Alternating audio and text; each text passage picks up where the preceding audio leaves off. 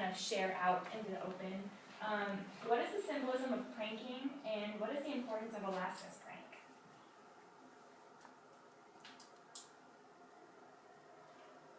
Yeah. I think for the symbolism of pranking, especially for Alaska Internal Dean scholarship students who don't have a lot of control and power over their own lives, it's a way for them to gain control and exert power and kind of kick back at the authority a little bit. I don't think that either one of them really hate the eagle, because I think the eagle genuinely cares about both of them and they both realize that. But I think it's just kind of like, I have no control in my life. This makes me feel like I have control. And it's funny. Yeah. Anybody else? Maybe like 2 more, 3 more? As a teacher, I will say that you are a stereotype. I cannot tell you the number of times I went to Safeway and I'd see a student and they'd look at you with horror that they saw you outside of class. And I tried to be a good teacher, but you're not. They're living in a different world. So you are the eagle, especially if you're teaching secondary school. Good luck with that. Also, something to consider is like how after Alaska's accident, that they like threw the prank with the speaker, and how they like said that it was for her. Like, what did that mean to you guys? And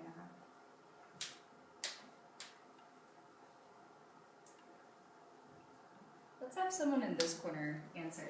I haven't really heard anyone speaking first, but anybody over here want to share?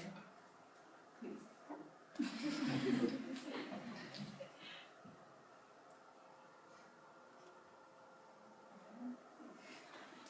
No? Then I will go.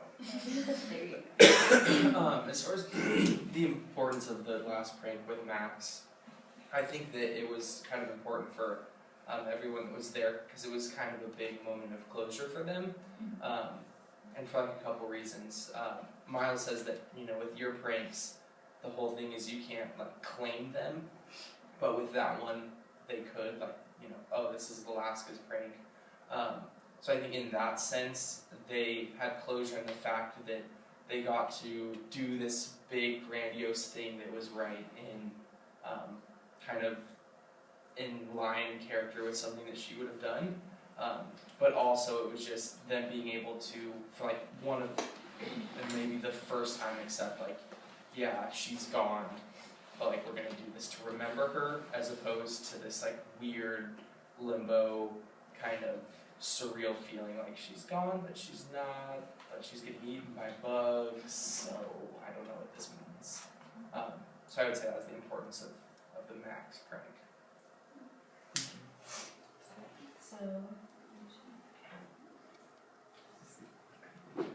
Okay, so we're moving on to the critical questions, and I really wanted to answer this question. I read this book like 5 times. This is one of my favorites, and I know a lot of you didn't connect to the characters, but I did. I connected to Alaska and different parts of Miles, like a lot. So like the last couple pages when Miles is finishing his paper, he says, "But ultimately I do not believe that she was only matter. The rest of her must be recycled too. I believe now that we are greater than the sum of our parts. If you take Alaska's genetic code and you add her life experiences and the relationships she had with people, and then you take the size and shape of her body, you do not get her. There is something else entirely. There is a part of her greater than the sum of her knowable parts, and that part has to go somewhere because it cannot be destroyed." So I want to hear from at least 2 people, 2 different people. This is a really safe space. Like, you guys can share, like, and I really appreciated you sharing that personal aspect of yourself. I'm sure it was really hard. Just, like, feel free to share. Whatever is said here doesn't need to go anywhere else. But what do you think it means to be greater than the sum of your parts, your knowable parts? And I know these are like pretty, like some of these questions are pretty like deep and heavy, but that's what this book is. So, I mean, this book wasn't happy-go-lucky a lot of the time. So I think just keeping that in mind. I think it kind of means like that no matter what, there's always a part of people that no one else will ever know.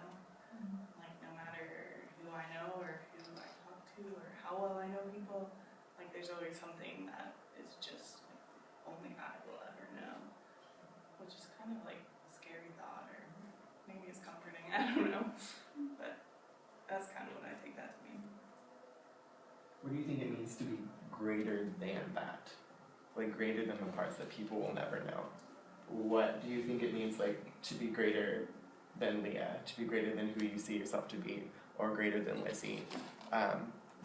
Like, what goes beyond that? What do you think that means?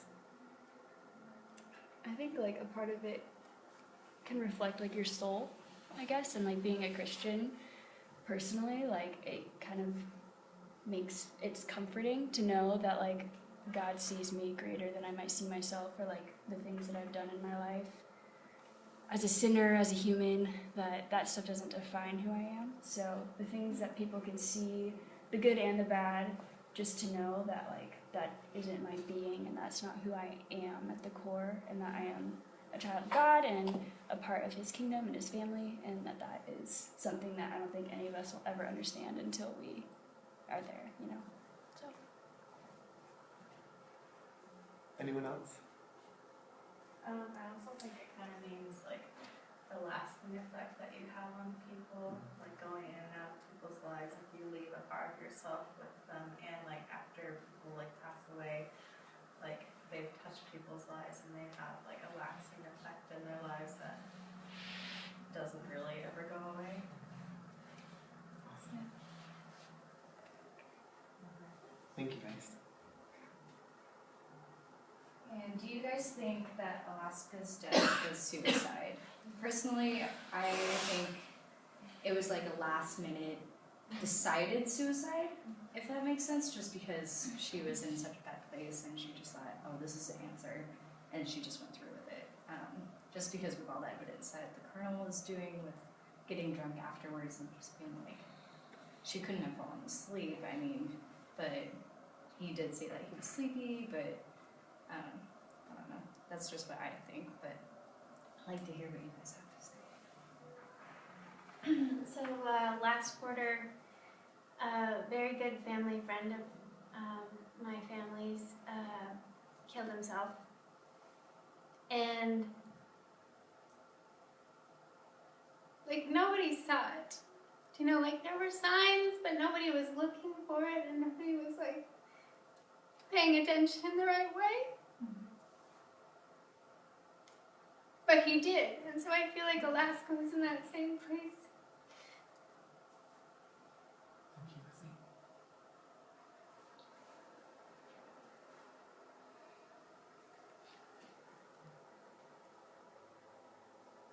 So the data says that even people who decide to commit suicide, like they jump off a bridge, if they survive and they're very close, they change their mind after they've made that critical step.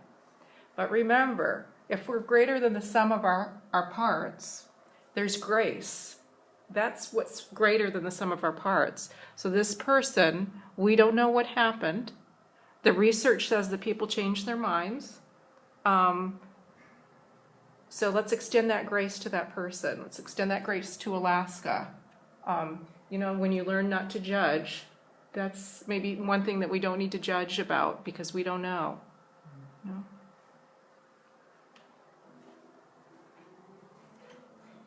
Any other thoughts of what you think happened? I think, like, just from reading the book and how it played out, I think she did it out of guilt, or that's what was her causing, that's what convinced her to do it, because she felt as if, or first of all, the fact that she couldn't save her mom, and she felt guilty about that, and like the fact that her father kind of blamed her in a way, or at least she felt that he blamed her for that.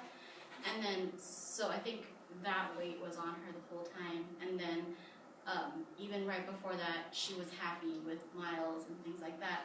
And then once she realized what happened, she didn't feel like she should have been happy, or at least that's how I perceived it as. And so she was rushing, but then I think that when she couldn't make it in time, she wanted to punish herself because that's what she felt like she had to do, and then that was the thing to do at that moment.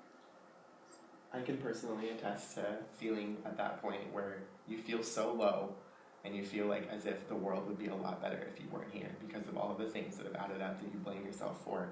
And they may not be, and that's another thing about the not knowing, is that certain things for people, like, say somebody's dog died. For you, it's just like, oh, a dog died. For them, it could have been like their best friend. You don't know how that's going to affect them. And so tiny things could add up to not wanting to live anymore, especially out of guilt. I do think, like, Alaska seemed, I mean, I'm not a professional, but I do think she was, like, bipolar, possibly, with, like, just, like, extreme ups and then, like, extreme downs. And, like, I just read a book called Suicide for a class, but a lot of times, like, there is, like, impulsive suicides. They're very common, or, like, even if they're not thinking about killing themselves all day, then, like, the opportunity presents itself, and you just kind of... And for our last question, just a little disclaimer, this is probably the one